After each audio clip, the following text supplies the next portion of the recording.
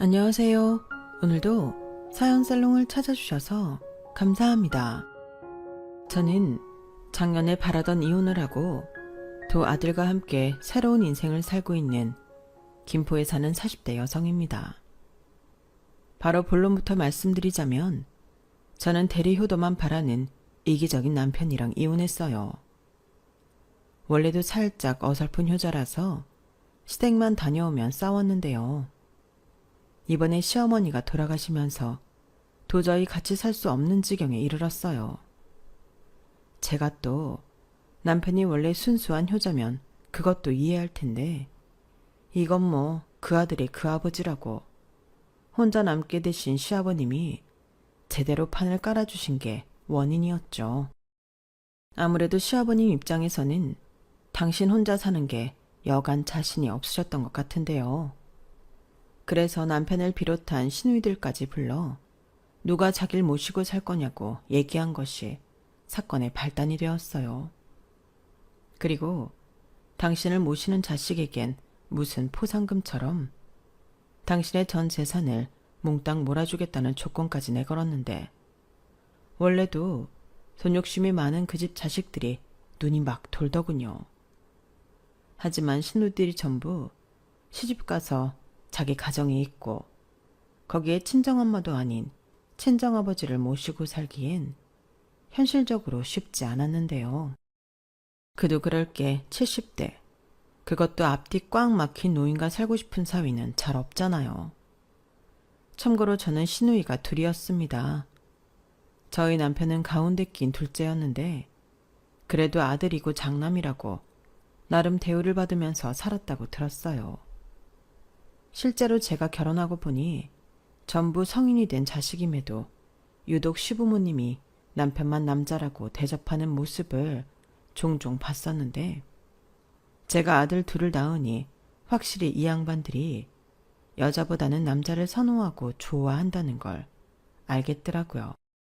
그러니 신우들이 어릴 때부터 차별도 많이 받고 자랐겠구나 대략 짐작할 수 있었는데 그러니 자신들을 차별한 가부장적인 아버지를 모신다는 게 아무리 돈이 걸린 문제라도 쉽지 않았던 모양이었어요. 그래도 돈 욕심은 났는지 쉽게 포기도 하지 못했죠.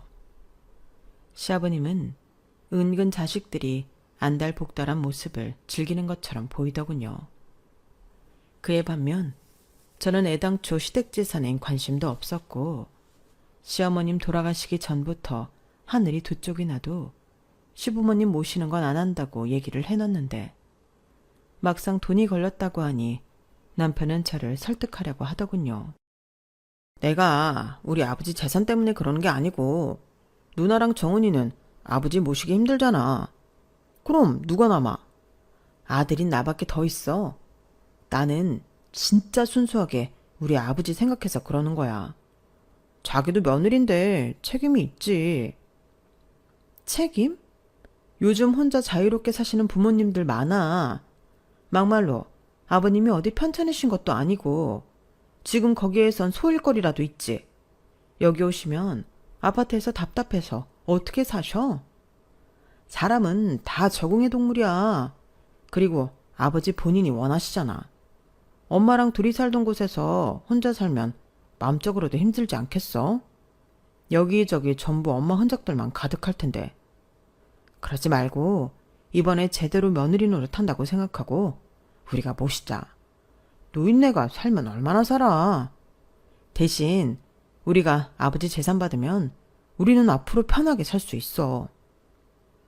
누가 들으면 엄청 부자라 물려주실 것도 많은 줄 알겠네. 좌우간 나는 싫어. 시어머니도 싫은 마당에 시아버님을 어떻게 모셔? 나는 미리부터 시부모님은 못 모신다고 얘기했잖아. 그러니까 자기가 포기해. 아니면 그 재산 자식들한테 안 줘도 되니까 시설 좋은 요양원 같은 데를 알아보든가. 거기 가면 친구도 사귀실 수 있잖아. 지금 우리 아버지를 시설로 보내라는 거야? 진짜 너무하네. 그러고도 당신이 우리 집 맏며느리냐? 나중에 우리 애들이 그런다고 하면 어쩔래? 내일 아니라고 그러는 거 아니야. 나야말로 늙어서 저런 지경이면 애들 부담 주기 싫어서라도 시설 가. 요즘 시설이 얼마나 좋은데. 나는 오히려 시설 가겠다고 하겠다. 이렇듯 저희 부부는 거의 매일 얼굴만 보면 똑같은 문제로 도돌이표 대화를 했어요. 말이 대화지 거의 압박과도 같은 수준이었는데 저는 절대 물러나지 않았죠. 이건 한번 결정이 나면 시아버님이 돌아가시 전까지 물을 수 없는 거니까요. 게다가 제가 남편 성향을 모르는 것도 아니고 당시 저희 부부가 결혼 16년 차였는데 저희 남편은 집안일도 잘 도와주지 않는 사람이었거든요. 그러면 시아버님 집에 오셔도 저만 일이 늘어날 것이 안 봐도 뻔했는데 자기는 손 하나 까딱하지 않고 아버님 재산만 홀랑 가지려 한다는 것도 너무 뻔하게 보였어요. 그래서 더 싫었고 남편이 더 얄미웠는데 물론 시아버님 생각하면 마음은 불편했죠. 그래도 제가 사랑받는 며느리였으면 말도 안 하는데 저랑 시아버님은 앙숙 중에 앙숙이었어요. 혼자만 학교가 아닌 서당을 나오셨나? 저만 보면 그렇게 하나부터 열까지 단속하려 하시는 분이셨거든요. 제가 파마를 하거나 손톱에 매니큐어를 칠하면 그거 가지고도 생 난리를 치는 양반이었는데 거기에 최악 중에 최악은 시아버님 당신 마음에 들지 않으면 꼭 밥상을 엎어버린다는 거였어요. 나중에 시어머니가 밥상이 아닌 식탁으로 바꾸니 그땐 식탁을 엎을 수 없어 식탁이 음식을 밀어버렸는데요. 그 꼴을 제가 감당하고 살 자신이 없었어요. 요즘 같은 세상에 그걸 보고 참을 며느리는 없잖아요. 심지어 시어머님도 60 넘어 도저히 이렇게는 못 산다고 목소리를 높이시고 화도 내시고 하셨는데요. 하실 거면 진작에 젊었을 때 하시지. 저는 그것도 반갑지 않았어요. 대신 내내 순종적으로 살다 다 늙어서 마누라가 기가 살았다며 시아버님은 더 난리가 났는데 당신이 나이 먹어 이빨 빠진 호랑이가 된 줄 아냐며 더 역정을 내시더군요. 그래서 시어머님이 아프기 전까진 두 분이 맨날 지지고 볶고 사내 마내 자식들을 여러 번 부르셨어요. 이혼 서류 가지고 오라고 부르시는 거였죠. 그때 제 아래 신우가 아빠, 정말 이혼할 마음 있으시면 그냥 도장이랑 신분증 가지고 시내 법원 가시면 돼요. 라고 말했다고 들었는데요. 그때도 네가 시방 우리가 이혼하길 기둘리는 거지? 괘씸한 놈. 이라서 계집년은 키워봤자 아무짝에도 소용이 없는 거요. 라고 하시면 삐지셨어요. 그러니 진짜 이혼할 마음도 없으시면서 괜히 자식들을 불러 귀찮게 하는 거였는데 저는 그래서 시아버님이 더 싫었어요. 솔직히 이해하고 싶지도 않았고 참고 긴 세월을 산 시어머니도 이해가 가지 않았는데요. 어쨌든 시아버님은 자기가 젊든 늙었든 자신의 집안이 가장이고 절대 권력자라고 생각하셨어요. 그러니 당신은 언제 어디서나 대접을 받아야 한다고 생각하셨는데 그런 양반이랑 한 집에 살라고 하면 당연히 싫죠. 그리고 저희 남편 때문에라도 싫었는데요. 저희 남편이 연애할 때는 몰랐는데 결혼을 해보니 나쁜 건 원래 빨리 닮는다고 시아버님이 하는 짓을 그대로 하려고 했어요. 보고 자란 게 그것밖에 없으니 말은 나는 절대 우리 아버지처럼은 안 살 거야. 우리 엄마가 진짜 고생 많이 했거든. 라고 하면서 은근 자기 아버지의 나쁜 것들을 따라했는데 그때는 애도 아직 없었고 이렇게는 못 산다고 이혼 서류 와서 고치게 만들었어요. 저는 절대 시어머니처럼 살고 싶지 않다고 했죠. 그러자 자기가 언제 그렇게 살라고 했냐며 자기는 자기 아버지랑 다른 사람이라고 펄쩍 뛰었는데 그렇게 자기도 자기 자신을 모르던 사람이 제 남편이었어요. 그러니 시아버님을 모시고 살면 남편과 저희 아들들도 그 영향을 받을 수 있다고 생각했는데 그건 정말이지 상상만 해도 너무 끔찍했죠. 저는 어릴 때도 그리고 지금도 남녀, 특히 부부는 대등한 관계라고 생각하는데 말은 맞다고 하지만 남편은 다른 뜻으로 이해하는 것 같더라고요. 부부, 특히 아이가 태어나면 엄마 아빠로 나뉘면서 그 역할이 달라지는 거라고 생각하는 것 같았는데 그래서 첫 아이 낳고 육아 문제로 남편과 갈등을 많이 겪어야만 했어요. 남편은 자기가 저를 도와주는 거라고 생각하더라고요. 애를 나 혼자 낳았어? 도와주긴 뭘 도와줘? 같이 키우는 거지. 에이, 그래도 애는 엄마가 맡아서 키우는 거지. 아빠가 뭐 할 줄 알아. 나는 그냥 자기 보조 역할 하는 거지. 원래 다 그런 거 아니야? 옛날부터 아빠는 큰일만 해결해주면 되는 거고 자잘한 일들은 엄마가 하는 거잖아. 뭐라고? 자기가 말하는 큰일이란 게 뭔데? 돈 벌어오는 거? 막말로 나도 똑같이 돈 버는데 그럼 나도 큰일을 해결하고 있는 거네. 그렇다고 자기가 돈 벌었다고 그 돈 전부 놔주는 것도 아니잖아. 똑같이 생활비 내면서 어쩜 자기는 그런 얘기를 아무렇지 않게 해? 이거야말로 불공평하잖아. 뭐가 또 불공평해. 다들 그렇게 살았잖아. 우리 엄마도 그랬고 장모님도 자기랑 처남 낳고 일이랑 살림 육아하면서 사셨잖아. 그게 술리고 성 역할이지. 저는 저때 진심으로 남편의 잘난 입을 한 대 치고 싶었어요. 술리 좋아하고 성 역할 같은 소리 하네. 그렇게 따지면 여자는 돈 벌 걱정하지 않고 집에서 살림이랑 육아만 해야죠. 시어머니도 밭일이다 농장일이다 시아버님이랑 똑같이 일을 했고 저희 엄마도 저희 남매 낳고 직장을 다녔어요. 대신 저희 친정은 저희 아빠가 늘 엄마를 떠받들고 살았는데 그만큼의 대우를 해주지도 않을 거면서 저렇게 말하는 게 너무 뻔뻔해 보였어요. 저런 인간이라는 걸 왜 결혼 전에는 몰랐을까? 제 자신에게도 화가 났고요. 그래서 두 아들만큼은 저 집 남자들처럼 키우지 않겠다 다짐하며 대부분 포기하고 살았는데 시어머님이 지병으로 돌아가시고 시아버님 거처 때문에 남편과 매일 다투며 살다 보니 정신적으로 너무 힘들었어요. 애들도 사춘기이고 한참 공부 때문에 예민할 시기였는데 거기에 아버님 눈치까지 보고 살라니 말도 안 되는 일이죠. 그래서 제가 고민 끝에 내린 결론이 있었어요. 한 집에서 같이 사는 건 너무 불편하고 근처에 원룸이나 빌라 작은 걸 구해 시아버님을 모시자고 했는데요. 그러면 제가 챙겨드리기도 편하고 주말 같은 때는 당신이 오셔서 식사하시고 가시면 되니 이것보다 더 나은 아이디어는 없다고 생각했죠. 물론 제가 신경을 아주 안 쓰고 살 수는 없으니 어느 정도는 감수한 일이었는데 남편과 시아버님은 싫다고 했어요. 그건 모시는 것도 아니고 안 모시는 것도 아니라는 거였죠. 나 참. 그러면 기어코 한 집에서 저 하나를 두고 부려 먹어야 속이 시원하다는 건데. 그래서 저도 어쩔 수 없이 남편한테 선택하라고 했어요. 당신이 정 그렇게 아버님을 모시고 싶으면 결정을 해. 나랑 이혼하고 당신이 모실 건지 아니면 포기할 건지. 당신이 애매하게 구니까 지금 아버님만 중간에서 기대하고 계시잖아. 왜 나한테 따져? 지금 문제는 내가 아니라 자기지. 나랑 아버지는 같은 생각이야. 2대1인데 그럼 자기가 양보를 해야지.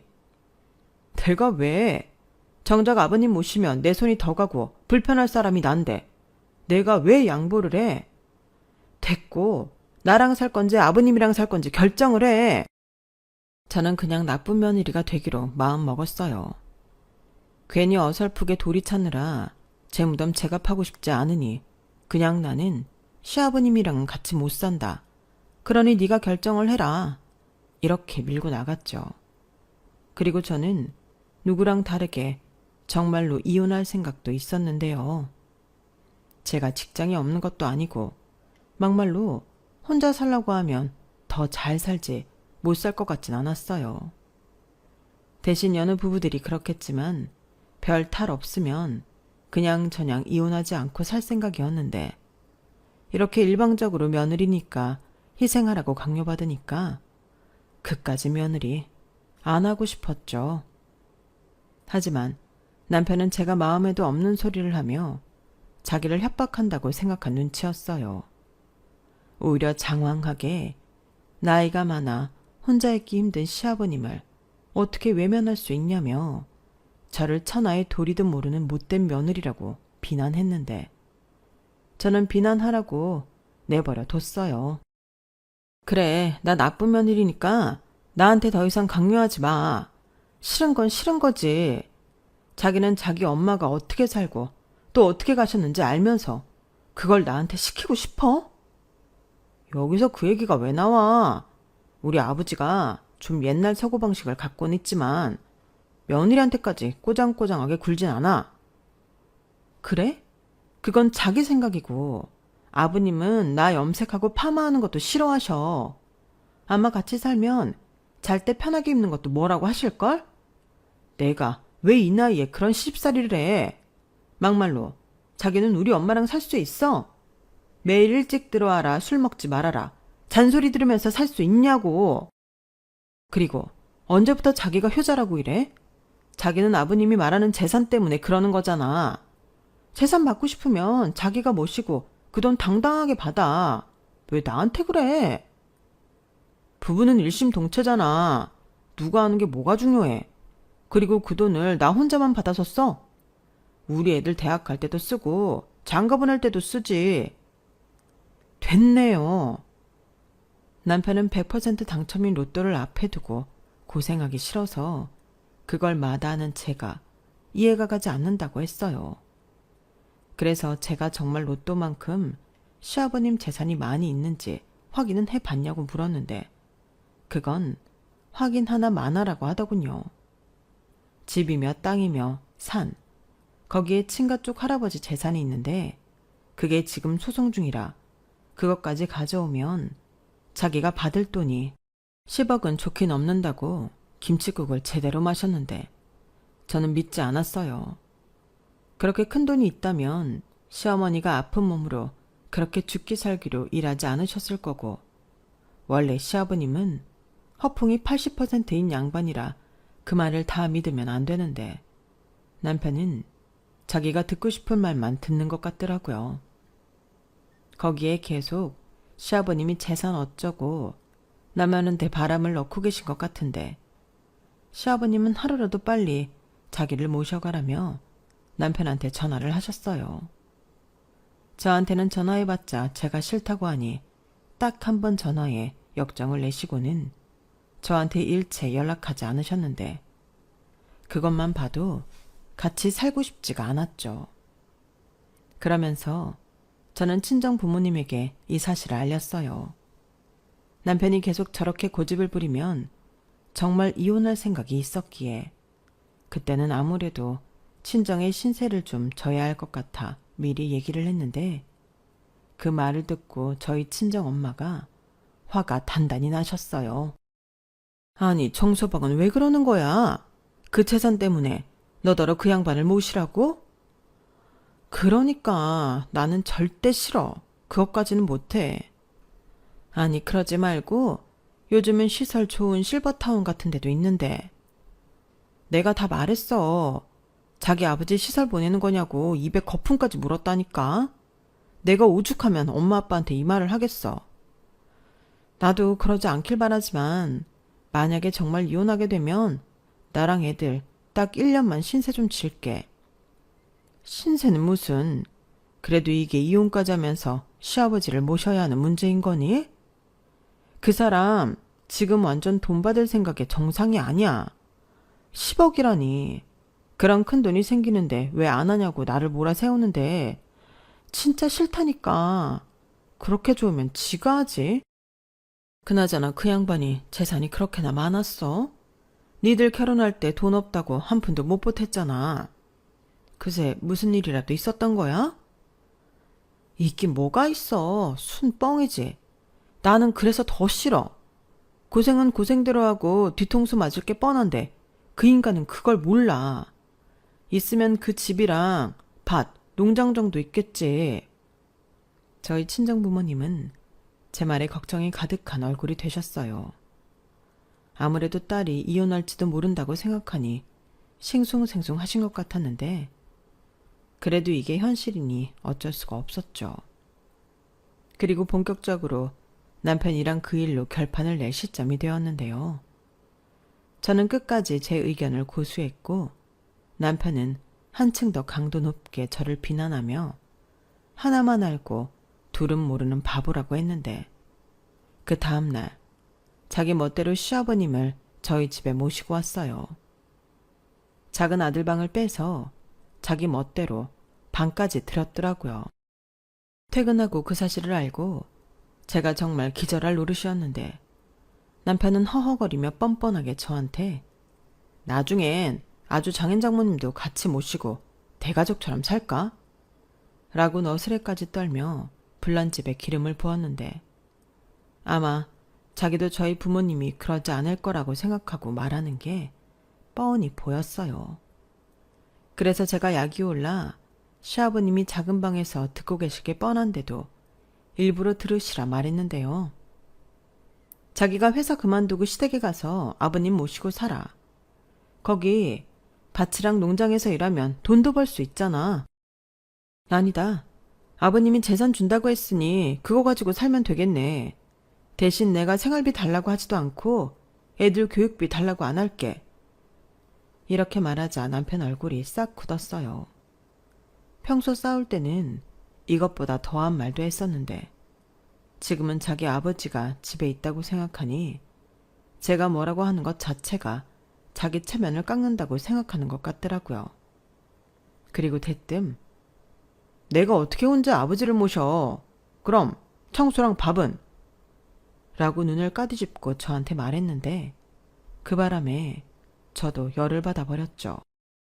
내가 무슨 자기네들 밥이랑 청소해주는 사람이야? 왜 이렇게 사람이 생각이 없어? 아니면 그 정도로 나를 식모 취급하고 살았던 거야? 누가 그렇대. 나는 그냥 현실을 이야기하는 거야. 그리고 이 정도로 얘기했으면 알아들어야지. 나 굉장히 많이 참았고 기다려줬다. 이 이상은 나도 가만히 있지 않을 거고 나도 나름 생각이 있으니까 더 자극하지 마. 그냥 받아들여. 지금 뭐 하는 거야? 그러니까 내 의견은 처음부터 중요하지 않았다. 그냥 받아들이고 시아버지 모시고 살아라. 이거야? 그래. 저는 남편의 대놓고 뻔뻔함에 벌어진 입이 닫히지 않았어요. 그래서 그 길로 짐을 쌌는데요. 나랑 살고 싶으면 시아버님을 댁에 모셔다 드리고 오라고 했죠. 그리고 딱 일주일 줄 건데 그 뒤에도 변한 게 없다면 그때는 정말 이혼이라고 말했는데요. 남편은 제 행동에 열이 받았는지 그날 저녁부터 저한테 문자와 전화를 엄청 보냈어요. 물론 좋은 얘기는 하나도 없었죠. 제가 애들까지 전부 데리고 친정으로 왔기에 더 난리를 치는 것 같았는데 저더러 생활비도 끊어버린다며 협박을 했어요. 그래, 끊어. 어차피 이혼하면 줄 것도 아니고 내가 받을 돈도 아니잖아. 누군 돈 안 버니? 그래? 그럼 애들 데리고 와. 걔네가 우리 집 장손들인데 왜 네가 데리고 나가는데? 말 잘했다. 다 큰 아들 애들이 엄마가 나가자고 순순하게 따라와? 애들도 자기 멋대로인 당신이랑 아버님 싫어서 나 따라온 거야. 됐고, 정말 이렇게까지 해야겠어? 우리 아버지 생각은 정말 1도 안 하는 거야. 지금 우리 짜장면 시켜서 그거 하나 먹었다. 넌 며느리라는 여자가 신경도 안 쓰이냐? 안 쓰여. 내가 같은 말을 몇 번을 말해. 그래, 이렇게 된 거 그래. 이혼해. 대신 나는 너한테 아무것도 안 줄 거니까 네 몸만 나가는 거다. 나중에 우리 아버지 돌아가시고 재산 받아도 너한테는 10원 한 장 안 줄 거야. 누가 그거 받고 싶대? 그리고 다른 건 몰라도 재산 분할은 똑같이 해야지. 누구 맘대로 몸만 나가래. 나 권리 있고 자기가 이렇게 나오면 법으로 할 거야. 저는 최대한 강하게 나갔어요. 이런 인간은 절대 틈을 보여주지 말아야 한다고 생각했기에 이미 이혼 쪽으로 마음이 굳혀진 제 생각을 분명히 전했는데요. 그러자 그제야 이 인간이 제가 그냥 하는 쇼가 아니라는 걸 알았는지 뒤늦게 저를 살살 구슬리기 시작하더군요. 하지만 그냥 시아버님을 모시고 사는 게 싫었기 때문에 그 어떤 사탕발림에도 제 마음은 전혀 동요가 되지 않았는데요. 급기야 화가 난 시아버님이 저한테 얼굴 보고 얘기하자며 전화를 하셨어요. 솔직히 만나는 것 자체가 꺼려졌는데 시아버님은 무조건 얼굴을 보고 이야기하자고 하셨고 저는 최대한 좋게 다시 살던 집으로 가셨으면 좋겠다는 말을 하려고 나갔는데요.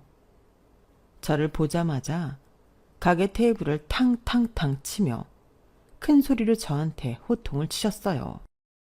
이게 씨방 무슨 짓거리여? 이혼? 너는 네 집에서 그라고 배웠냐? 자, 여러분. 시아버지 모시고 살기 싫어서 집을 나가더니 이젠 이혼하겠다고 하는 뻔뻔한 며느리 낯짝 좀 보쇼. 아버님, 지금 뭐 하세요? 왜? 창피하냐? 이거 창피한 줄은 알고 네가 하는 짓이 창피한 줄은 모르고 내 집에 시집을 왔으면 어른 무서운 줄 알아야지. 어디서 여자가 이혼 소리를 함부로 혀? 좋은 말로 할 때 당장 우리 손자를 데리고 집에 들어와. 싫어요. 지금이 무슨 70년, 80년 된 줄 아세요? 이혼하고 싶으면 하는 거지. 여기서 여자 남자가 왜 나와요? 제가 이래서 아버님이랑은 못 산다고 하는 거예요. 이렇게 대놓고 대접만 바라는 아버님을 제가 어떻게 모시고 살아요? 저는 제 인생 안 살아요? 왜? 저도 어머님처럼 평생 아버님 시중 만들다 병 걸려 죽으라고요? 뭐요?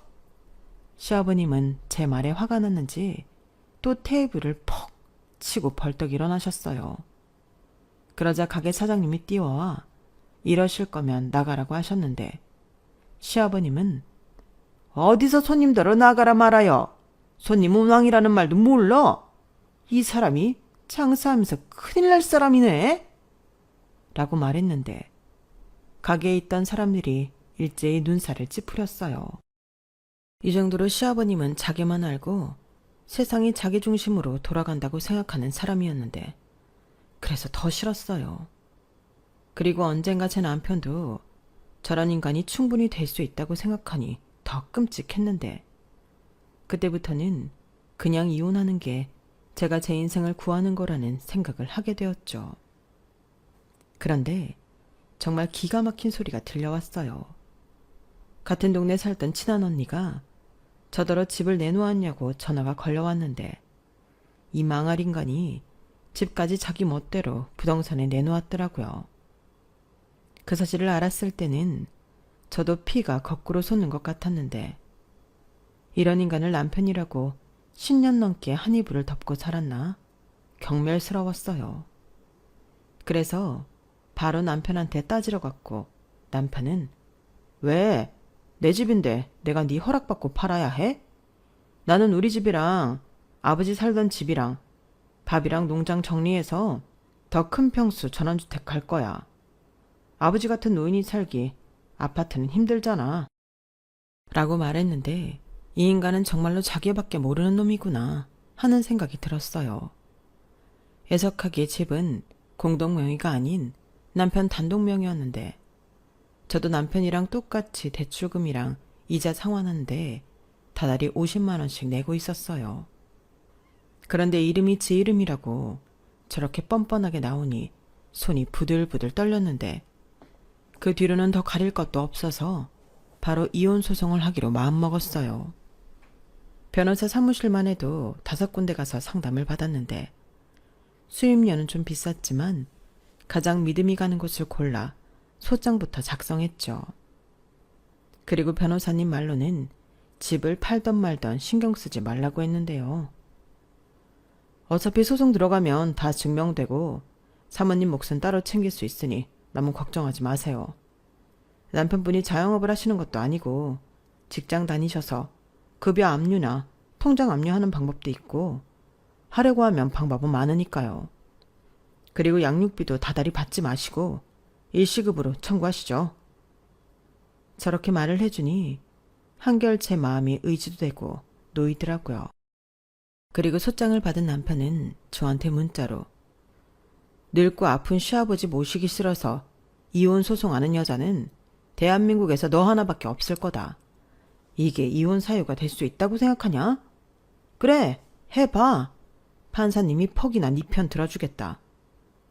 라고 문자를 보냈고 저는 이것도 쓸 수 있으면 증거로 쓰려고 지우지 않았어요.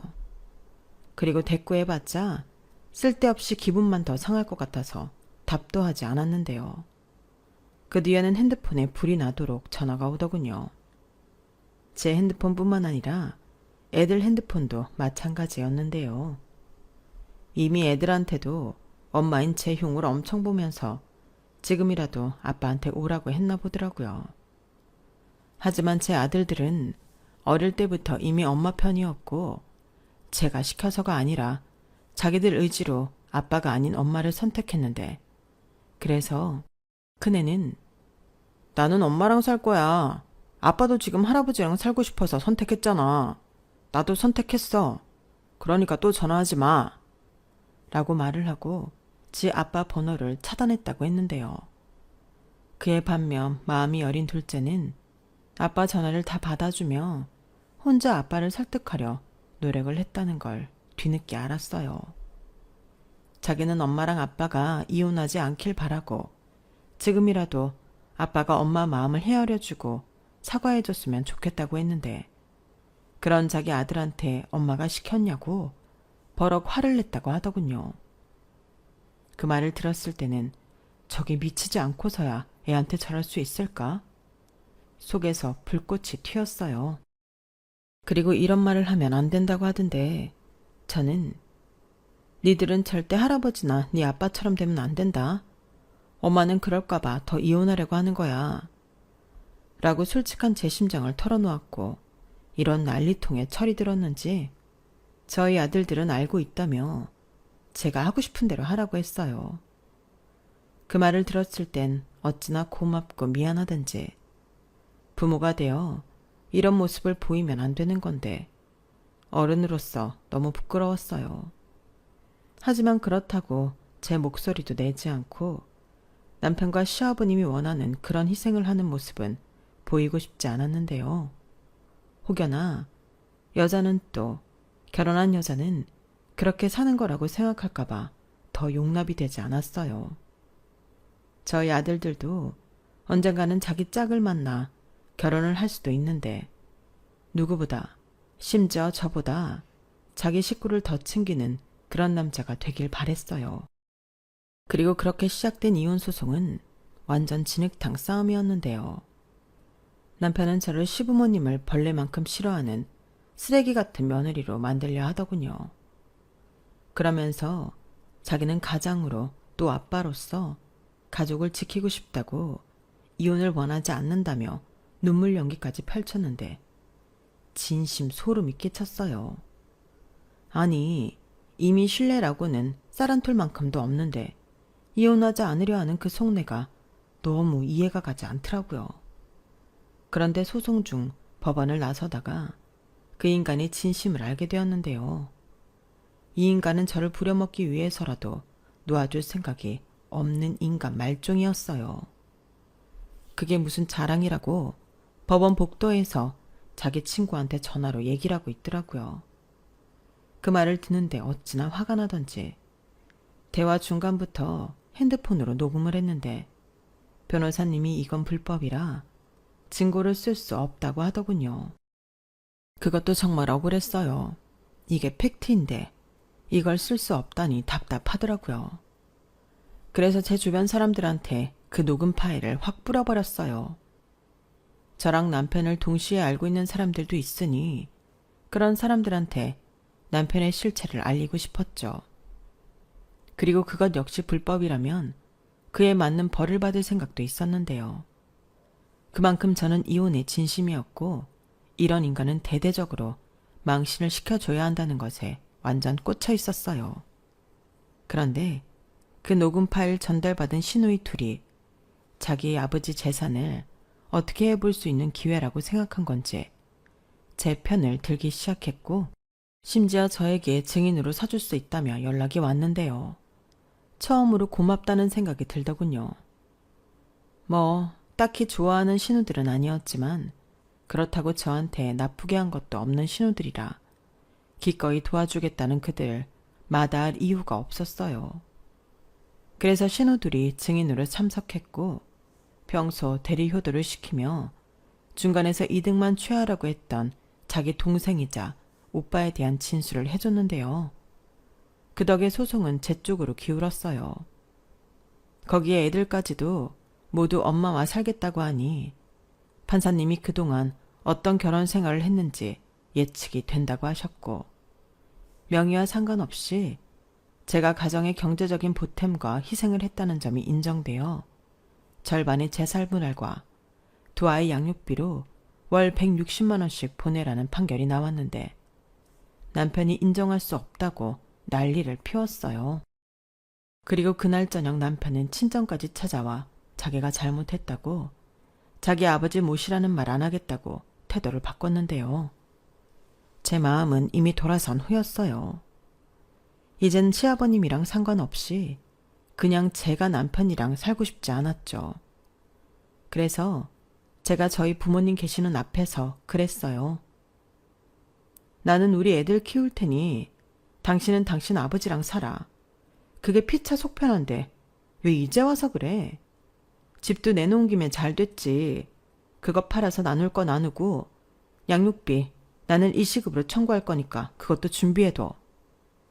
자기야, 그러지 말고 다시 생각해봐. 우리가 같이 산 세월이 얼마냐? 그러니까 애까지 낳고 산 세월이 얼만데 나한테 어떻게 그래? 여기서 이러지 말고 당신이 당신 아버지 모시고 그 잘난 재산 다 가져. 자기야, 여보 같은 소리 하네. 당장 여기서 나가. 저는 더는 그놈 꼬라지 보기 싫어 일어나 방으로 갔어요. 그러자 애들도 더는 아빠 보고 싶지 않다고 다른 방으로 들어갔는데 그 인간은 그 뒤로도 저희 아빠한테 한참 동안 훈계를 듣고 쫓겨나듯이 친정을 나갔죠. 그 인간이 제가 마음을 바꾸기 전에는 절대 혼자 못 간다고 버티고 있어서 저희 부모님이 애를 많이 드셨어요. 마음 같아서는 뒤통수라도 시원하게 갈기고 큰소리쳐서 내쫓아버리고 싶었는데 저희 애들 있는 집에서 그런 모습 보이기 싫어 참았다고 하시더라고요. 그렇게 그 인간이랑 몇 번 더 실랑이하고 저는 자유의 몸이 되었어요. 그리고 때마침 살던 아파트가 팔려 재산분할과 양육비 계산에 청구했고 남편은 그거 안 주려고 자기 아버지 통장에 응립하려고 하다가 제가 급여 통장 압류해버리니 울며 겨자 먹기로 3억 4천을 보냈더라고요. 그래서 저는 그 돈이랑 대출 조금 받아 지금 사는 김포 아파트를 매매했고 현재 아들 둘이랑 잘 먹고 잘 살고 있는데요. 평화로운 매일매일이 너무 만족스럽고 행복합니다. 아무 일도 일어나지 않는 일상이 이렇게 감사한 일이라는 걸 저는 이혼하고 처음으로 알았어요. 그리고 이혼한 지 3년이 넘은 지금은 가끔 막내 시누이 통해 남편 소식을 듣고 있는데 결국엔 자기가 아버지 모시는 거가 감당이 안 되고 둘이 맨날 싸우다 남편이 먼저 그럴 거면 살던 곳으로 가라고 예전보다 못한 부자지간이 되었다고 하더라고요. 그러면서 시누이가 마지막으로 알려준 사실이 초대박이었는데 시아버님 앞으로 있는 재산은 아무것도 없었답니다. 살던 집, 밭, 논장 같은 것도 이미 담보로 잡아 끌어다 쓸 수 있는 돈은 다 쓴 상태였고 친가 식구들이랑 하고 있는 소송도 뭐 하나 건질 가능성이 없다고 했는데요. 시아버님은 뻔뻔하게도 그 사실을 숨기고 자기를 모시라고 자식들 앞에서 허풍을 떠신 거예요. 그리고 그 말을 곧이곧대로 믿은 남편은 그것만 바라보고 있다가 닥쳤던 개신세가 되었고 심지어 저랑 애들한테 버림까지 받았으니 어쩌면 아버지 때문에 신세 망친 꼴이 되었죠. 그 때문인지 뒤늦게 또 저희 친정에 찾아가 저와 재결합하고 싶다고 빌었다는데 저희 친정 부모님은 제가 어디에 살고 있는지 알려주지 않았다고 하셨어요. 그리고 그때는 어딜 찾아오냐며 경찰에 바로 신고를 했다고 했는데요. 그러게 뭐가 더 소중한지 알고 처신을 잘했어야죠. 버스 지나갔는데 열심히 손 흔들고 있으면 뭐 하나요? 저는 그냥 본전도 못 찾고 집도 절도 없이 거지꼴이 된 남편이 고소하기만 합니다. 그리고 이런저런 일이 있었지만 그 집고적에서 발을 뺄 수 있어 더할 나위 없이 기쁜 마음인데요. 여기서 시아버님까지 아프시기라도 하면 사실 그때는 더 골치가 아프잖아요. 그 성깔에 또 사람을 들들 볶으실 텐데 이렇게 미리부터 손절할 수 있어서 너무나도 다행입니다. 거기에 자기 아빠가 어쩌다 이혼당하고 저렇게 후회하고 사는지 다 본 저희 아들들은 누구보다 더 그런 자기 아빠를 닮지 않을 거라는 확신이 있는데요. 어떤 짝을 만날지 또 어떤 인생을 살지 아직까지도 알 수 없지만 저는 최선을 다해 아들들을 가르칠 겁니다. 제가 살아보니 공부도 중요하지만 인격과 가치관, 거기에 마음 쓰는 법까지 살면서 공부보다 더 중요한 것 같아요. 아무리 조건 좋은 남자라도 살면서 고달프면 같이 살고 싶지 않잖아요. 그리고 거꾸로 조건이 좀 별로라도 사람이 좋으면 끝까지 행복하게 살 수 있는 법인데 그걸 아들들에게 가르쳐주고 싶어요. 이왕이면 조건도 잘 갖추고 훌륭한 인격과 성품까지 두루두루 갖추게 하고 싶은데 자식이라는 게 또 엄마 마음처럼 되는 건 아니니까 꼭 지켜야 하는 것 말고는 아들들에게 맡겨볼 생각입니다. 사실 그게 제가 할 수 있는 가정교육의 전부 같거든요. 그리고 아직 남은 제 인생도 너무 소중하니 지금이라도 하고 싶은 거 마음껏 하고 즐기고 싶은데요. 그래서 40대임에도 불구하고 저는 매일 꿈을 꿉니다. 요즘은 어쿠스틱 기타를 배우고 있어요. 그리고 스페인어도 공부하고 있는데 언젠가는 배낭과 기타를 메고 바르셀로나 광장에서 기타를 연주해보고 싶어요. 이 나이에 꿈이라니. 이혼 전에는 생각도 못하는 일이었는데 갑자기 20살은 어려진 기분이에요. 꿈을 갖고 사는 것 자체가 젊어지는 비결이더라고요. 그리고 언젠가는 제 꿈이 현실로 이루어질 거라는 걸 믿어 의심치 않는데요. 그 꿈을 이루기 위해서라도 매일 건강하고 알차게 살아갈 생각입니다. 제가 애들 키울 때 제일 많이 들었던 소리가 있어요. 엄마가 행복해야 아이들도 행복하다. 그래서 저희 가족은 모두 행복하다고 감히 말씀드릴 수 있을 것 같은데요. 부디 제 사연을 함께 듣고 계신 여러분들도 한 분 한 분 행복하셨으면 좋겠습니다. 제 사연은 여기까지예요. 지금까지 제 사연 들어주셔서 진심으로 감사드리고요. 늘 건강하시고 행복하세요. 고맙습니다. 여러분, 사연 댓글에 응원과 현명한 조언 부탁드려요. 좋아요와 구독은 저에게 큰 힘이 됩니다. 오늘도 좋은 일 가득하세요.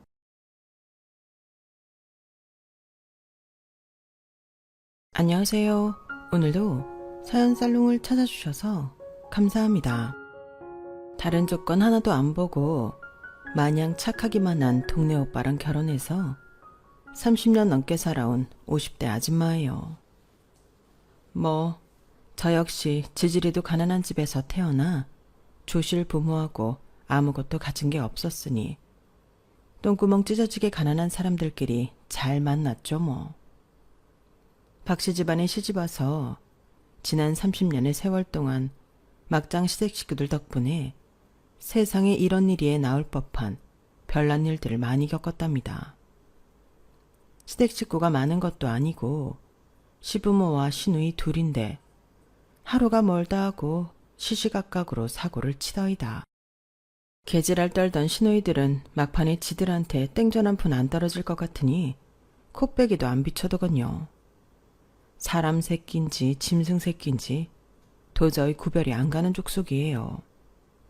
그나마 다행인 것은 치매 걸린 시부가 큰아들인 남편과 며느리인 제가 본인에게 정성을 다한 건 인지하고 있었나 봅니다. 우리 부부에게 막판에 큰 선물을 주셨네요. 아휴, 이렇게 사연살롱 애청자분들께 제 인생 얘기를 털어놓을 생각을 하니 지난 50년간의 제 삶이 주마등처럼 지나가네요. 이렇게라도 털어놓으면 제 마음이 좀 편안해질 것 같습니다. 지금부터 시작해 볼게요. 요즘은 바다뷰며 강뷰가 펼쳐진 아파트들 가격이 진짜 무지하게 비싸더군요. 허나 옛날 제가 살던 어촌마을은 정말 가난한 사람들만 모아둔 집합소 같았어요. 우리 집의 얇디 얇은 창문으로 바다가 쫙 펼쳐져 보였으니 지금으로 따지면 뷰는 좋은 집이었지만 거의 다 쓰러져가는 곳이었죠. 장마철엔 주룩주룩 비 새고 폭설이라도 내리는 날엔 지붕 주저앉고 난리도 아니었어요. 본의 아니게 기술자가 된 아빠는 여기저기 뚝딱뚝딱 집 고치느라 정신이 없었죠. 다 쓰러져 가던 그 집이 우리 가족이 가진 귀한 전 재산이었거든요. 저희 엄마 아빠는 돈이 없으니 배를 소유할 생각은 꿈에도 못했어요. 여기저기 배 가진 사람들이 고기잡이하는 곳에 찾아가서 일용직처럼 일하고 품삯을 받았죠. 가난한 집에 애 줄줄이 낳는 거 멍청한 짓이라며 첫째 딸인 절 낳고 아빠는 바로 정관 수술을 받으셨다고 해요. 덕분에 전 외동딸이 되었지만 크면서 너무 외롭더군요. 요즘 뉴스에 보니 우리나라 출산율이 0.7명이라던데 그거 보고 기겁했네요. 내 새끼 물고 빨고 하며 얻는 기쁨과 행복이 얼마나 큰데 그걸 포기하다뇨. 자식한테 돈 쓰느라 저축 좀 덜하면 어떤가요? 내 새끼가 밥 먹겠다고 입 우물우물 하는 거 보면 귀여워 죽겠던데. 할머니 나이 다 돼서 너무 꼰대 같은 멘트인가요? 전 너무 외롭게 자라서 가족 간의 사랑과 따스함이 절실했거든요. 그래서 나중에 크면 꼭 나 같은 외동이 아닌 형제를 많이 만들어줘야지 결심했고 엄청 많진 않지만 아들 3명 낳아 길렀네요. 시댁살이하며 아이 3명 낳아 기르며 힘든 일도 많았지만 나중엔 오히려 아이들이 엄마인 절 토닥이며 위로해 주더군요. 아휴, 내 새끼들 생각하면 눈물부터 나오네요. 우리 엄마 아버지도 날 이렇게 사랑해 주셨어요. 두 분 다 사고를 당하기 전까진 말이죠. 그날도 어김없이 아빠는 고기잡이배에 올라탔고 웬일로 잡일을 해준 여자 선원도 필요하다는 말에 엄마도 함께 승선했어요. 한 푼이라도 같이 벌 수 있다는 소식에 기뻐하면서 말이죠. 그게 저승으로 가는 배인 줄도 모르고 두 분은 기쁜 마음으로 새벽같이 나가셨어요. 중학생이었던 저는 아침에 일어나 보니 머리맡에 언제나 그랬듯이 엄마가 조그맣게 밥상을 차려놓으셨더군요. 쪽지와 함께 말이죠. 예쁜 내 딸내미 미연아, 꼭 아침밥 먹고 학교 가야 한다. 알았지? 언제나 사랑해. 그 쪽지를 아직도 못 버리고 있네요.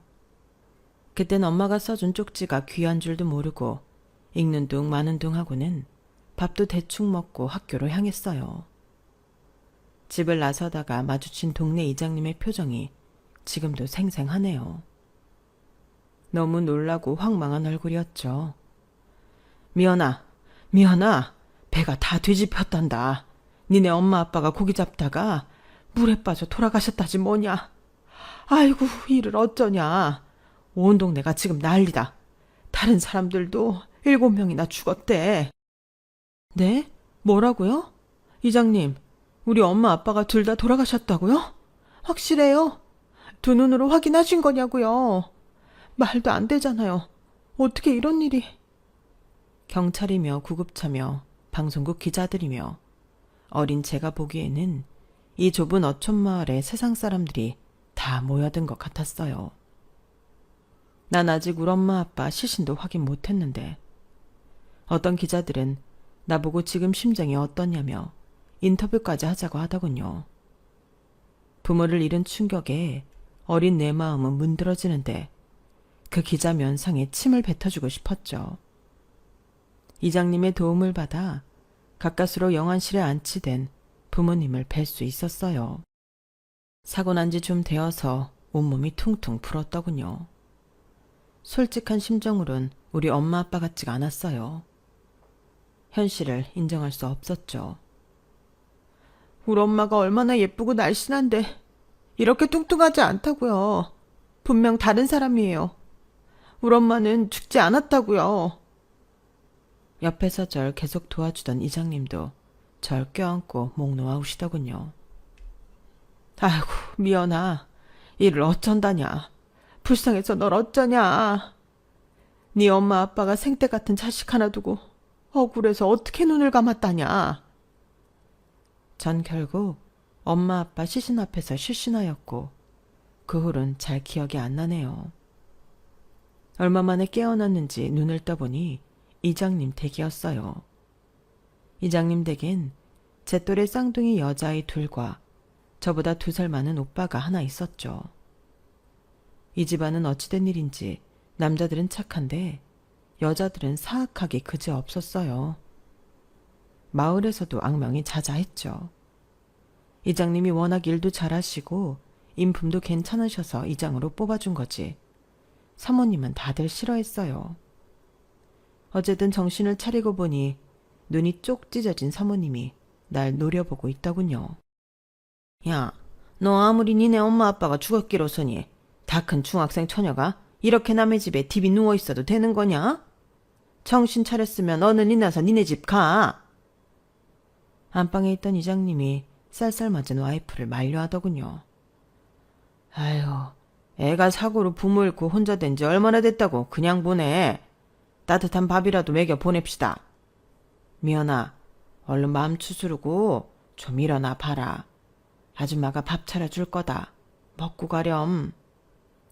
아, 네 이장님 감사합니다. 남편으로부터 코사리 먹은 사모님은 입을 삐죽거리며 부엌에서 작은 밥상에 대충 밥을 차려오더군요. 모래알 씹는 듯이 밥이 안 넘어가서 많이 먹지 못했네요. 깨작이고 있으니 이번엔 그 집 쌍둥이 딸내미들이 나오더군요. 야, 네가 뭐 새냐? 모이 먹는 것도 아니고 밥 가지고 깨작대고 있어. 복단한하게. 아, 머리 안 감은 것 좀 봐. 뭔가 이상한 냄새가 나는 것 같기도 하고. 밥 먹기 싫으면 얼른 니네 집 가서 좀 씻어라. 그 상태로 학교 오면 애미애비 없는 자식이라고 놀림받기 딱 좋겠구만. 순간 머리끝까지 열이 확 받았어요. 야, 쌍둥이년들. 니네 지금 나한테 뭐라 그랬어? 그게 같은 학교 다니는 친구로서 나한테 할 말이냐? 친구 부모님이 돌아가신 지 며칠 안 됐는데 위로는 못 해줄 망정. 니들이 사람이냐? 더러워서 간다. 퇴! 전 화가 나서 이장님한테 인사도 안 하고 밖으로 나와버렸어요. 우리 집에 갔는데 텅 비어 있어서 그때부터 두려움이 몰려오더군요. 이제 진짜 세상에 나 혼자뿐이라는 현실적인 두려움이었죠. 앞으로 밥은 어쩌고 돈은 어디서 구하지? 난 아직 일해본 적도 없는데 학교 등록금은 어떻게 내고 버스비는 어디서 충당하지? 무슨 일을 어떻게 해야 돈을 벌 수 있는 걸까? 엄마, 아빠, 나만 두고 왜 이렇게 빨리 가셨어요? 뭐가 그리 급해서요?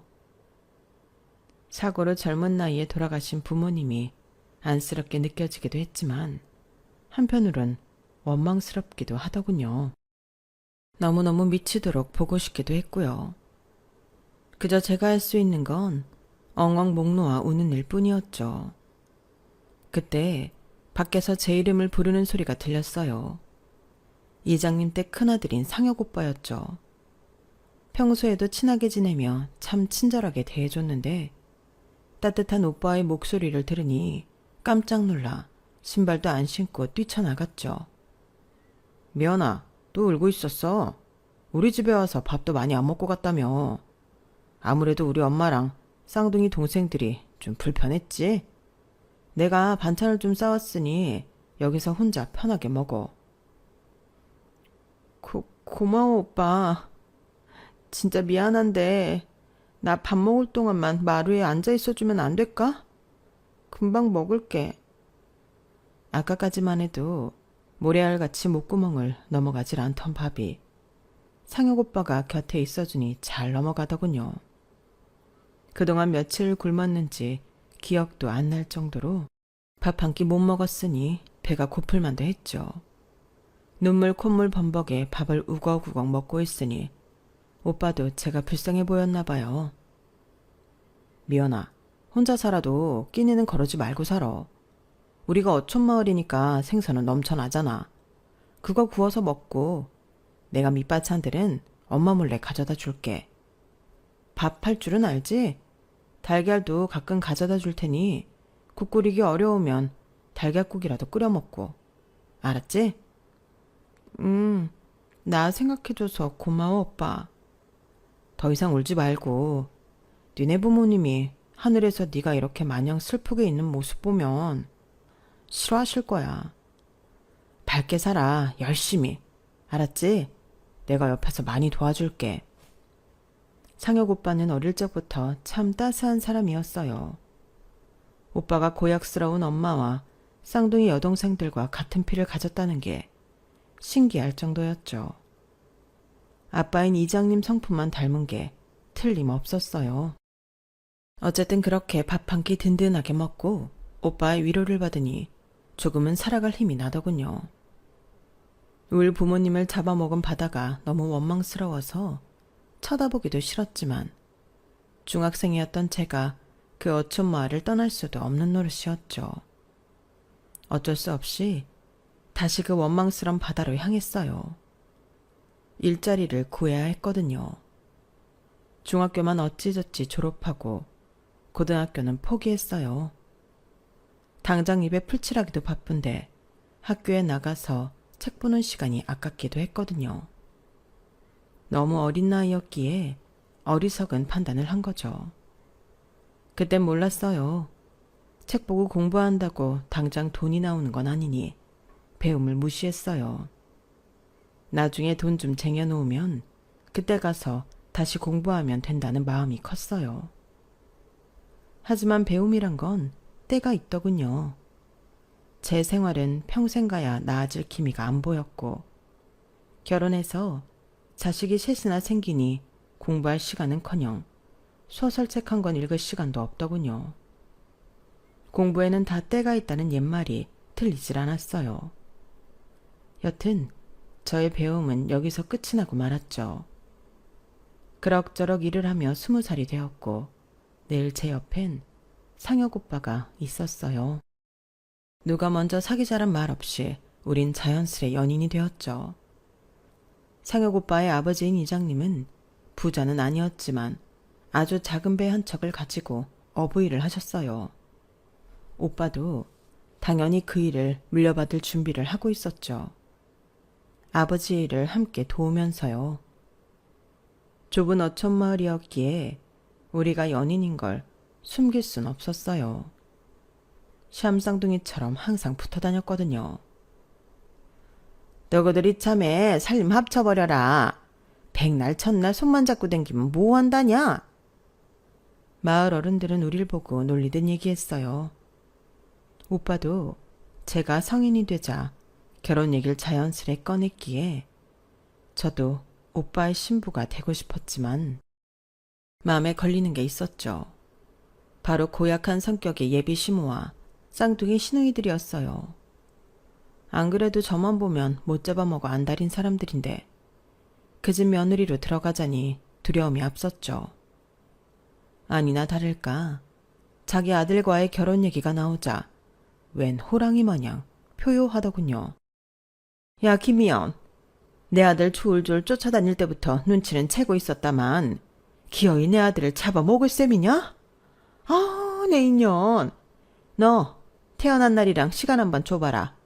용한 무당이 있는데 니네 궁합 한번 보고 안 좋게 나오면 절대 결혼 안 시킬 줄 알아.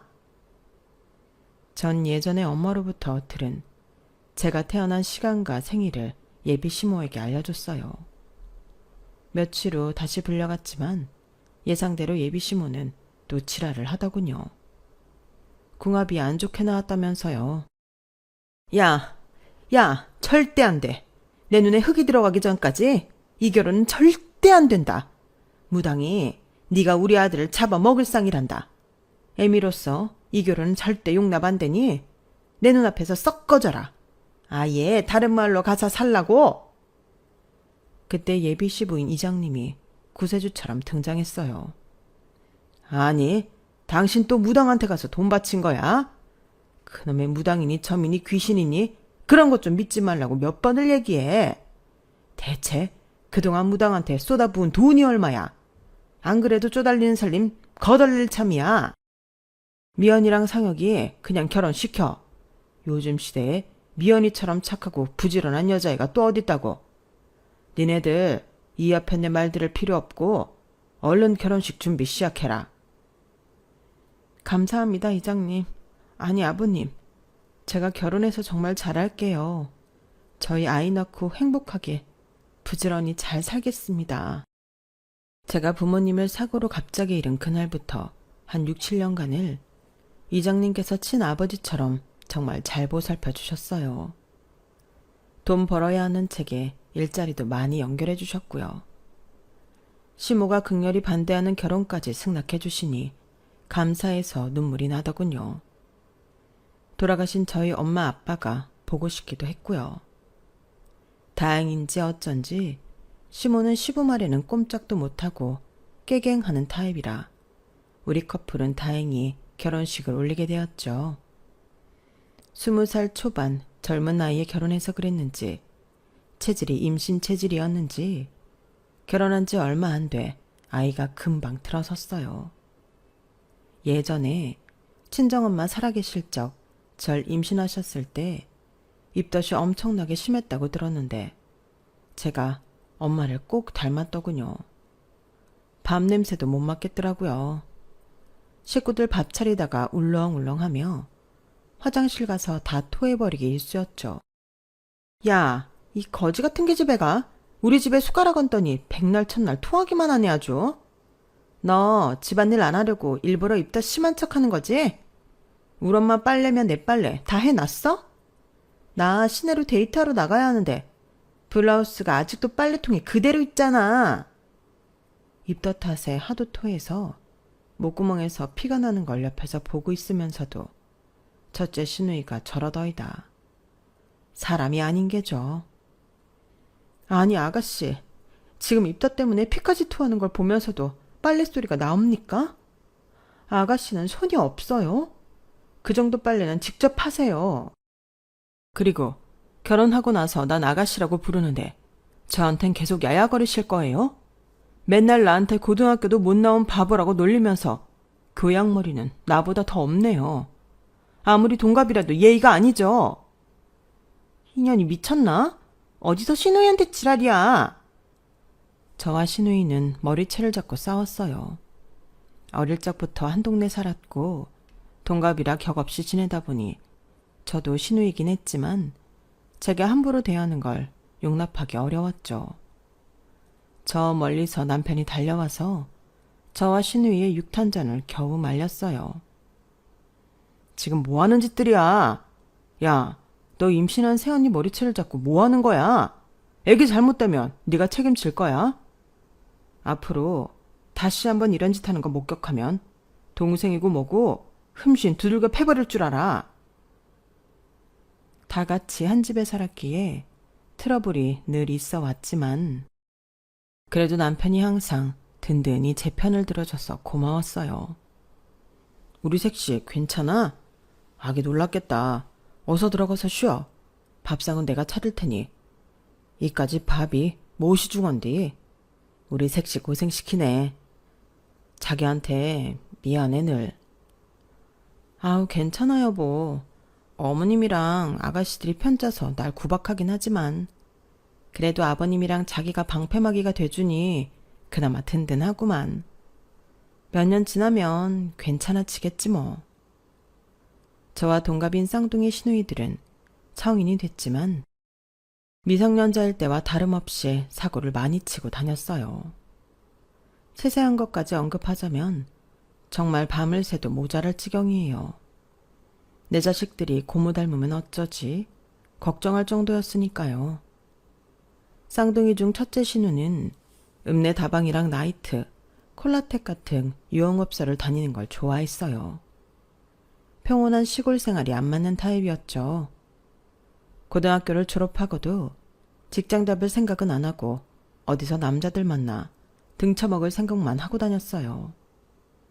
몇 년을 그렇게 백수 생활하다가 결혼한다며 집에 웬 남자를 데리고 왔는데 머리 다 벗겨진 30살 연상의 할아버지를 데리고 오더군요. 집안은 발칵 뒤집혔죠. 아니, 인연이 미쳤나? 너 아빠랑 동갑인 남자를 결혼하겠다고 데려오면 어떡하냐? 아니, 아재요. 아재는 나이 먹었으면 그 나이 또래 여자를 만날 것이지 20대를 만나서 뭘 어쩌자는 거요? 그거 너무한 거 아니요?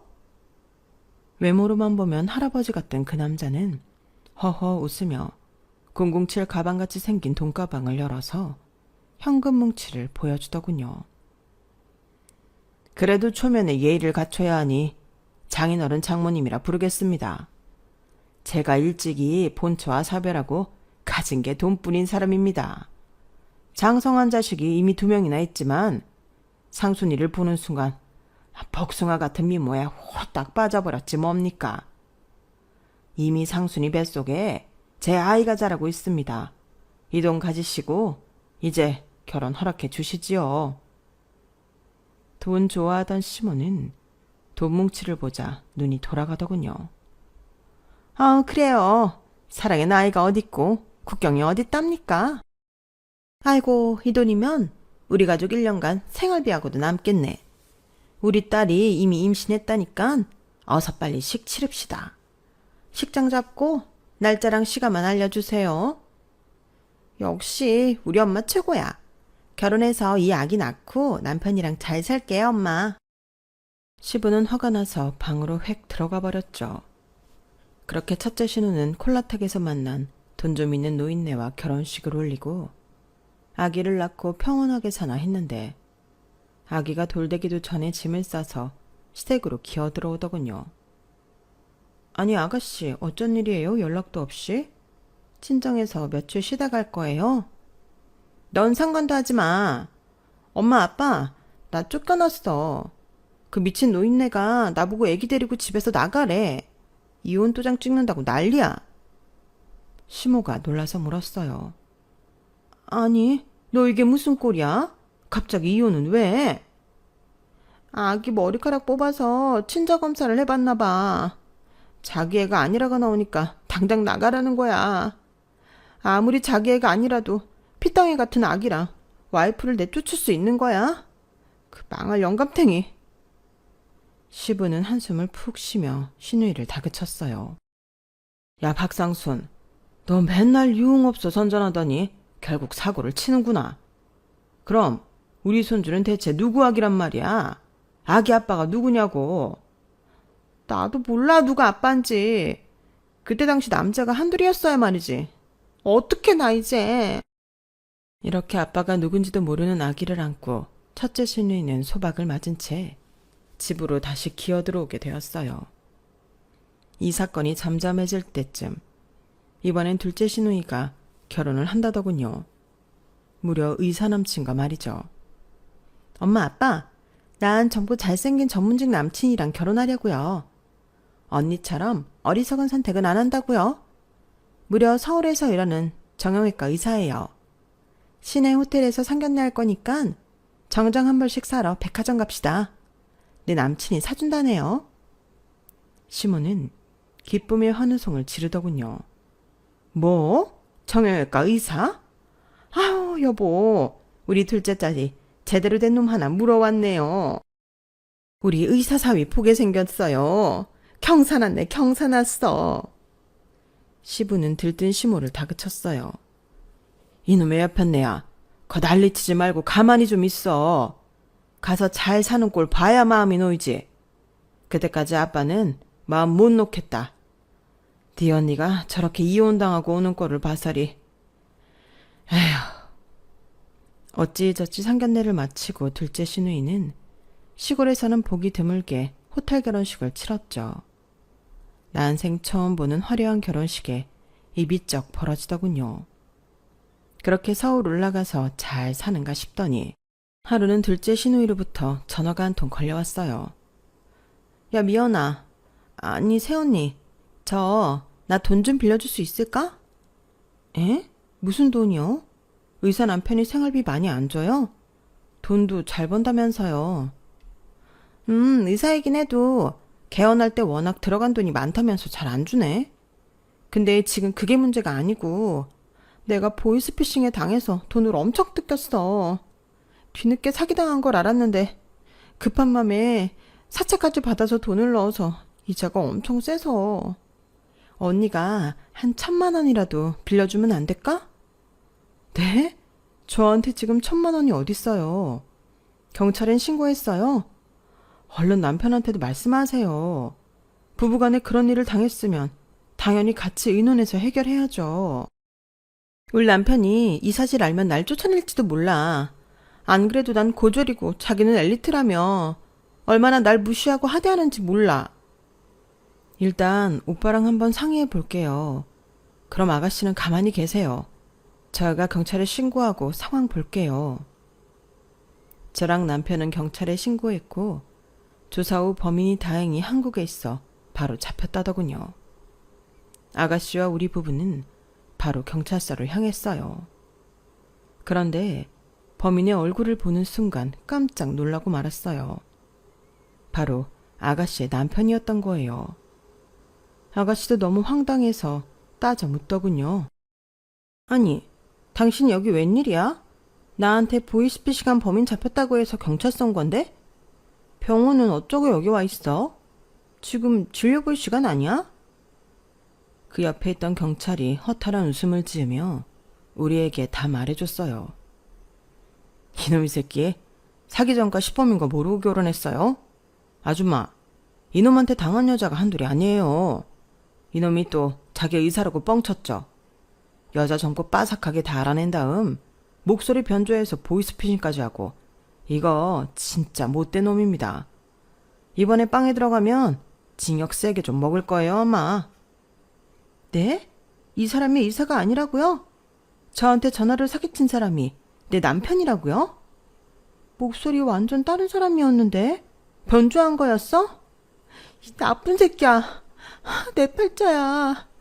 내 주변 사람들 다 내가 의사 남편만 나 잘 사는 줄 아는데 이 개망신을 어쩔 거야. 그렇게 둘째 시누이의 결혼도 사기로 마무리되고 말았어요. 시누이 앞으로 빚만 잔뜩 남긴 채 의사 행세를 하던 그 남자는 깜방으로 가고 말았죠.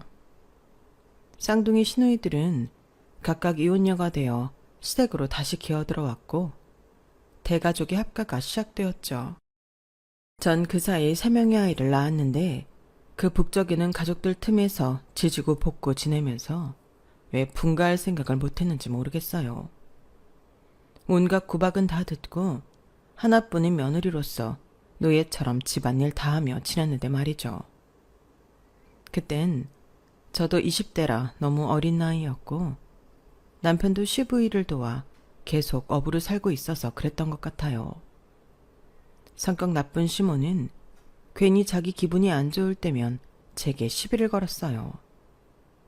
제가 차린 밥상이 마음에 안 든다며 밥상을 엎어버린 적도 있었고 이미 다 해서 널어놓은 빨래를 땅에 팽개치며 다시 빨라고 한 적도 있었어요. 그럴 때마다 핏대 세우며 저도 대들었지만 그때뿐이었어요. 속으로 시모가 어디 가서 잘못됐으면 좋겠다고 생각할 정도로 얄미웠죠. 그렇게 시모와 트러블이 있을 때면 시누이 둘이 합심하여 제게 2차로 폭언을 쏟아붓더군요. 마치 고약스런 시모가 셋인 것 같이 느껴졌어요. 야, 너 우리 엄마 늙었다고 무시하거나 얕잡아보지 말고 건강하실 때 잘해. 가난한 고아 걷어준 보답을 해야 할 거 아냐. 돈이 없으면 몸으로 때워야지 뭐. 고아란 말에 울컥하더군요. 야, 네가 나보고 야라고 하니까 나도 시누이 대접 안 할란다. 내가 일찍이 조실부모한 게 내 탓이냐? 그렇게 소중한 엄마를 뒀으면 네가 나가서 돈 벌어서 네 엄마 네가 챙겨. 왜 나한테 집안일 다 시키고 우리 남편이 벌어온 돈으로 다 생활하면서 나한테 쌍으로 맨날 지랄들이야. 나라고 뭐 평생 욕먹고 가만히 있을 줄 알아? 나도 이제 새 아이의 엄마라고. 너도 그렇게 이혼당하고 왔으면 철 좀 들어라 이 쌍둥이년들아. 제가 두 눈에 쌍심지를 켜고 바락바락 핏대세하며 따지고 드니까 무서웠는지 쌍둥이들은 씩씩대며 자리를 피하더군요. 그 다음부턴 절 구박하는 게 좀 덜해졌어요. 역시 사람은 가만히 있으면 가만히로 본다고 적당히 지랄을 해줘야 만만하게 안 보는 것 같아요. 모든 사람에게 악독하게 대했던 천벌을 받은 것인지 시모는 어느 날 갑자기 중풍으로 쓰러지고 말았어요. 그때만 해도 요양원이나 간병인 시스템이 잘 돼 있지 않았고 돈도 없던 시골집이었기에 반신불수가 된 시모를 집에서 모시는 수밖에 없었죠. 집안의 장남인 남편이 동생들을 불러 상황을 정리하더군요.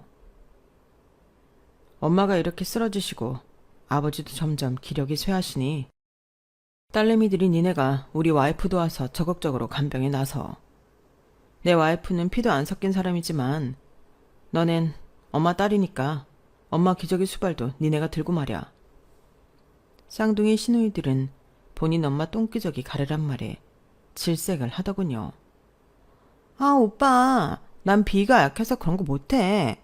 새언니가 옛날부터 험하게 살아왔으니 그런 건 야무지게 잘할 거야 아마. 그쵸 언니? 야, 너 그게 새언니한테 무슨 말이야. 그동안 언니 구박할 땐 언제고 이제 와서 어려운 일은 다 떠넘기려고 해? 니네 엄마 간병 새언니한테 맡기는 꼴 내가 보기만 하면 혼날 줄 알아. 알았어. 남편이 이렇게 강경하게 나오니 처음 몇 번은 간병을 하는 신용만 하더니 한 달이 지나자 본색을 드러내더군요. 쌍둥이 신우들이 지네끼리 짜고 야반도주를 한 거였어요. 중풍 걸려 누워있는 본인들 엄마를 버리고 말이죠. 진짜 사람이 아닌 것들이었어요. 그들이 남기고 간 쪽지엔 이렇게 적혀있더군요. 서울로 올라가서 꼭 성공해서 다시 돌아올게요. 그동안 우리 엄마 간병 좀 잘해줘요, 새언니. 오빠, 아빠, 다들 건강하시고요. 조만간 봬요. 너무너무 열이 받더군요. 아니, 아가씨들 너무한 거 아니야? 결국 나한테 어머님 간병 다 맡기고 도망간 거 아니냐고. 어떻게 딸들이 이럴 수 있어? 친딸 맞아? 아, 이기집 애들 결국 이렇게 토끼는구만. 당신한텐 진짜 면목이 없어. 시집 와서 맨 고생만 시키고. 이 소식을 들은 시부도 깜짝 놀라고 심란해하며 제게 말씀하시더군요. 심지어 눈물까지 보이면서 말이죠. 미안하다 며느리야. 내가 딸들을 잘못 키웠구나. 지 엄마가 저렇게 쓰러져 있으니 도망가는 꼴이라니. 집사람이 며느리인 널 맨날 구박하고 욕하고 했어도 어쩌겠니. 목숨 붙어있는 사람이니 어떻게든 돌봐야지. 너한테 미안하지만 시엠이 간병 좀 부탁하마. 나랑 상혁이랑 최대한 돌아가며 하자꾸나. 우리 부부와 시부가 돌아가며 하게 된 시모 간병은 생각보다 길어졌어요. 시모는 그 후로 무려 10년을 더 살다가 돌아가셨죠. 저도 사람인지가 시모가 돌아가시자 후련한 반, 슬픈 반인 감정으로 눈물이 나오더군요. 훌쩍이며 장례를 치르고 있는데 갑자기 경찰이 장례식장으로 오더군요. 여기 이 노인분 보호자 되십니까? 무단횡단 하시던데 눈에 초점이 없고 인적사항을 물어도 대답을 잘 못해서 주머니를 뒤져봤더니 여기 장례식 명함이 나와서 와봤습니다만. 경찰이 데리고 온 노인은 바로 시부였어요. 우리 부부는 놀라서 시부에게 물어보았죠. 우리 시아버님 맞아요. 아버님, 갑자기 왜 이러세요? 어머님 돌아가셔서 충격이 크셨나? 경찰관님 수고하셨습니다. 저희가 내일 병원에라도 모시고 가봐야겠네요. 요즘 시부가 좀 깜빡하는 게 있었지만 나이가 드셨으니 그러겠지 하고 대수롭지 않게 넘겼어요. 중풍 걸려 누워있는 시모에게만 온 신경이 팔렸기 때문에 시부를 신경 쓸 겨를도 없었거든요. 시부는 이미 상당히 치매가 진행된 상태였어요. 이제 시모가 돌아가셔서 똥기저귀 갈고 밥 먹여드려야 할 필요는 없겠구나. 조금 쉬어야지 하고 생각하고 있었는데 하늘은 저에게 쉴 시간을 안 주더군요. 치매에 걸린 시부가 가끔 정신이 돌아올 때면 최대한 상황 설명을 해드렸어요. 본인이 치매에 걸렸다는 사실에 시부도 꽤나 충격을 받은 것 같더군요. 시모가 돌아가신 사실을 쌍둥이 시누이들이 어떻게 알았는지 언젠가 집으로 찾아왔어요. 그들이 간병하기 싫다며 집 나간 지 10년이 넘어서야 처음 보는 것이었죠. 그런데 집에 와서 처음으로 하는 말이 글쎄 뭔지 아세요? 엄마 돌아가셨다며 엄마가 남기고 간 재산 우리 명의로 좀 해줘. 그 말을 듣자 남편이 흥분하더군요. 전 살면서 남편이 그렇게 크게 화내는 모습은 처음 봤어요. 야, 이 미친년들아. 엄마 장례식장에도 안 와놓고 이제 와서 엄마가 남긴 돈을 달라고. 엄마 앞으로 된 재산 하나도 없었으니 이제 그만 꺼져. 심지어 아버지 치매 판정 받으셔서 우리 집 사람이 시아버지 치매 간병까지 하고 있으니 재산 받아도 우리가 받아야지. 니년들이 대체 한 게 뭐냐? 썩 꺼져버려. 다시 한번 내 눈에 머리카락 하나라도 비치면 아주 아작을 내버릴 줄 알아. 뭐? 아빠가 치매라고? 아빠, 우리 아빠, 대체 이게 어떻게 된 일이에요? 아직도 안 꺼지고 뭐하냐 이년들아. 네가 그럼 새언니 대신해서 아빠 치매 감명 해드리든가. 뭐? 아, 난 서울 가서 해야 할 일이 워낙 많아서. 미안해요, 언니 오빠. 그럼 우리 아빠 잘 부탁해요. 난 이만 서울 올라갑니다. 다음 애들 봅시다. 지네들 아빠 간병하란 소리에 시누이들은 쥐새끼 마냥 꽁무니를 빼더군요. 그동안 봐온 게 있으니 시누이들한테 전혀 기대도 안 했죠. 그렇게 또 기나긴 치매 간병이 시작되었어요. 그동안 우리 아이들은 장성하여 서울로 대학을 갔고 남편은 시부모까지 일하느라 한 달에 단 하루도 못 쉬고 계속 고기를 잡아야 했죠. 다행히도 시부가 치매 약을 먹은 뒤로는 치매가 천천히 진행되었고 말도 없이 가만히 있는 착한 치매였어요. 아이 셋에 대학 등록금을 대야 했고 기혼 이상으로 고기가 잘 안 잡혀 남편이 아무리 열심히 일해도 가게의 수입은 점점 줄었어요. 제가 시부만 바라보고 집안일만 할 수는 없는 지경까지 이르렀죠. 어쩔 수 없이 시부에게 성인용 기저귀를 채워놓고 거실에는 홈캠을 설치했으며 집문을 잠근 뒤 몇 시간씩 파트타임으로 알바를 했어요. 그렇게라도 돈을 한 푼이라도 더 벌어야 했거든요. 우리 아이들을 위해서라도 말이죠. 마트에서 계속 서서 카운터 알바를 하고는 집에 돌아오면 녹초가 되었지만 그동안 치매 걸린 시부가 어질러 놓은 집을 치우고 기저귀 수발을 들어야 했어요. 그렇게 몇 달을 보냈는데 어느 날 밥을 하려고 쌀통을 열어보니 쌀이 부쩍 줄었더라고요. 마트에서 일하다가 괜히 걱정되는 마음에 남편한테 전화했어요. 여보, 아버님이 요즘 쌀통에 손 대시는 것 같아. 대체 뭐 하시라는 걸까? 아버지가? 아유, 쌀통을 혹시 변기라고 착각하시고 소면 보시는 거 아니야? 얼른 홈캠 부엌으로 돌리고 살펴봐봐. 남편 말대로 홈캠을 부엌 쪽으로 돌리고 시부의 행동을 살펴봤어요. 최대한 줌을 당겨서 봤는데 제 두 눈을 의심했어요. 시부가 웬 돈다발을 쌀통에 넣는 거 아니겠어요? 전 쌀통을 거의 가득 채워 넣는 게 습관이 된 터라 치매 걸린 시부가 생각하기에 그곳에 뭔가를 넣는 게 벅차 보였는지 며칠에 걸쳐 쌀통을 조금씩 비운 거였죠.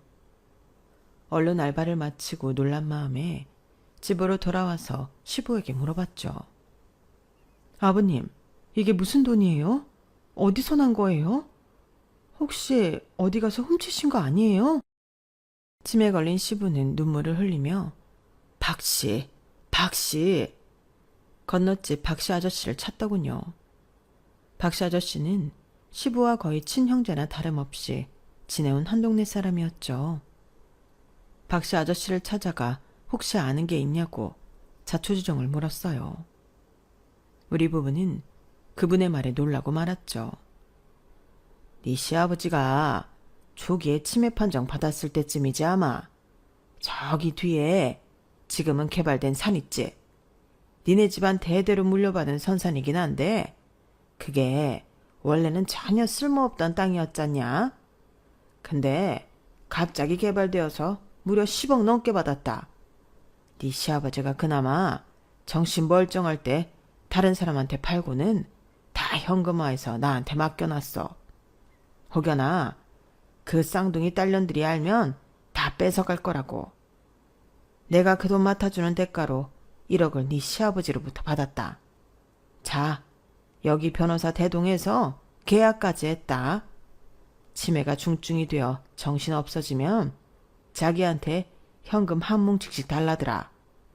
자기가 큰아들 부부한테만 물려줄 거라면서 말이야.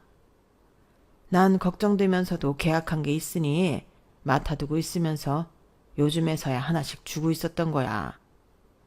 이제 네 시아버지의 의중을 알았을 테니 그 쌍둥이 딸년들한테는 말하지 말고 니네 부부가 이 재산 다 가져가서 편하게 살려무나. 저와 남편은 박씨 아저씨 말을 듣고는 하염없이 울었어요. 우리 동네에서 착하기로는 둘째라면 서러울 박씨 아저씨께 감사하단 말을 전하고는 10억이 된 현금 상자를 안고 집으로 돌아왔어요. 우리 부부는 시부를 끌어안고 셋이 한참 동안 또 엉엉 울었네요. 아버님, 그래도 제가 이 집에 시집와서 고생한 거 알아주셔서 감사합니다. 이 돈으로 아버님 살아계실 동안 호강시켜드릴 테니 앞으로 간병인도 여러 쓰고 서로 편하게 웃으며 지냅시다.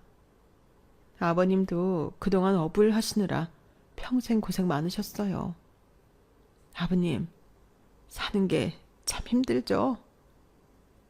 그러자 거의 말을 못하시던 시부가 한마디 하시더군요. 며느리야, 고맙다. 감동이었어요. 마치 치매 걸리기 전 인자했던 시부가 돌아온 것 같았거든요. 저와 남편은 그 돈의 일부를 정말 알차게 사용했네요. 서울에 있는 아이들까지 다 불러 지금껏 말만 들어본 고기 뷔페라는 것도 가보고 시내에 아파트도 사고 차도 사고 간병인도 여러 붙였고요.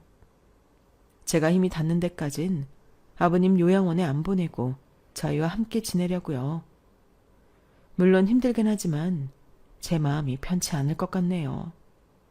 이제 간병인도 여러 붙어서 제가 마음에 여유가 생긴 것도 사실이고요. 돈은 사람을 편하게 해준다는 게 맞는 말 같습니다. 이제야 숨 좀 쉬고 있네요. 50 넘어 살아보니 인생 뭐 별거 없는 것 같아요. 그저 서울로 나가서 열심히 공부하고 있는 자식들로부터 희소식 듣는 재미. 남편과 농담 따먹게 하고 옛날 일 추억하며 대화 나누는 재미 등. 이렇게 작은 행복 놓치지 않고 지금처럼 소박하게 살다 가고 싶습니다. 여러분께서도 사소한 것에서 행복을 느끼며 감사하는 삶을 사시면 좋을 것 같네요. 지금까지 제 이야기에 귀 기울여 주셔서 고맙습니다. 건강하십시오.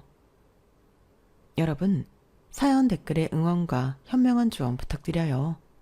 좋아요와 구독은 저에게 큰 힘이 됩니다. 오늘도 좋은 일 가득하세요.